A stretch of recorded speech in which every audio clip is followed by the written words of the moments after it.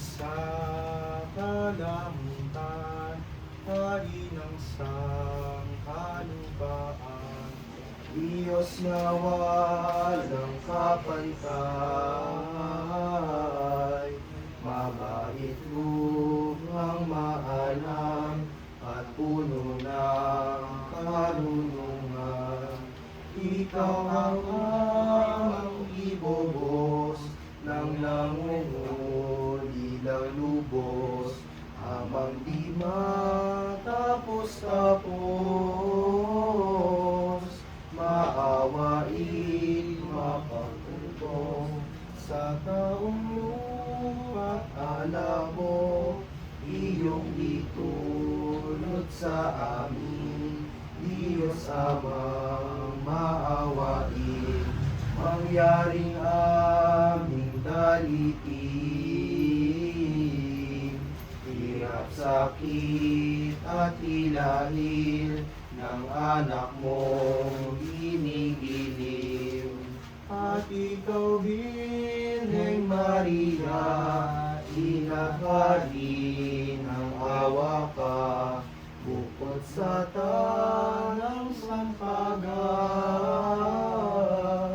di matuyot, di malanta, dikit mong kaaya-aya, ikaw rin po siya lamang, sede sapienye ang ngalan, luklukan ng karunungan, at kabangkang sinusian ng Diyos sa kalangitan. Toreng walang pangalawa, ni David bunhing propeta, bahay na ganitong sadya,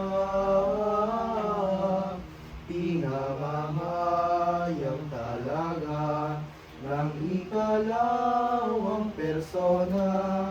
Ikaw rin, Birheng mahal, bituin sa karagatan, mapag-aliw sa may lumbay, punta ng makasalanan, matibay sa katibayan, Reynang walang kahuli ng sanlangitan angheles, pinupuri walang pati ng tronos, dominaciones, virtudes at potestades, Emperatriz na mataas ng patriarkang propeta, Birheng walang makatulad,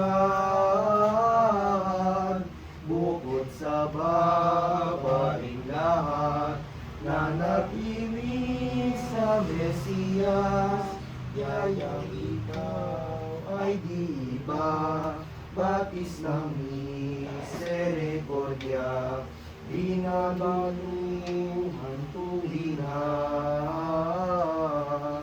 ng awat mahal na grasya, ng bunhing tatlong persona, kami to ay uod lamang, sa lupa ay gumagapang, Diyos ng di ng kasamaan.